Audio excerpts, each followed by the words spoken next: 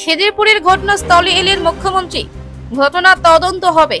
যাদের পুরো দোকান পড়ে গিয়েছে তাদের 1 লক্ষ টাকা এবং যারা অর্ধ ক্ষতিগ্রস্ত হয়েছে তাদের 50,000 টাকা করে দেওয়া হবে। যে জায়গায় পড়ে গিয়েছে সেইখানে সরকারের তরফে দোকান বানিয়ে দেওয়া হবে। যতদিন নতুন মার্কেট তৈরি না হচ্ছে অস্থায়ীভাবে কাছেই ব্যবসায়ীদের ব্যবসা করার জন্য জায়গা দেওয়া হচ্ছে। একটা কলকাতা কর্পোরেশন করবে, এটা 1 নম্বর।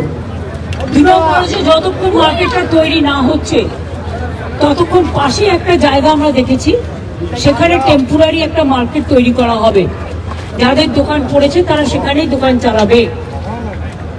3 নম্বর হচ্ছে যে মার্কেটটা কর্পোরেশন তৈরি করবে সায়েন্টিফিক হবে এবং তার জন্য দোকানদারদের কোনো টাকা লাগবে না।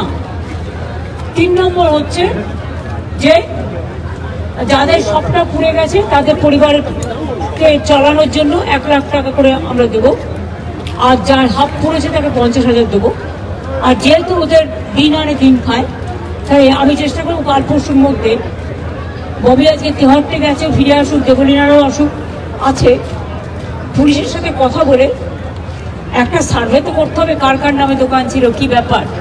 সেটা না জানলে আপনি কাকে দেবেন? অন্য কেউ নিয়ে চলে যাবে। তাদের হাতে 2-3 দিনের মধ্যে আমরা 10,000 টাকা করে দিয়ে দেবো, যাতে তারা আপাতত তাদের সংসার চালাতে পারে।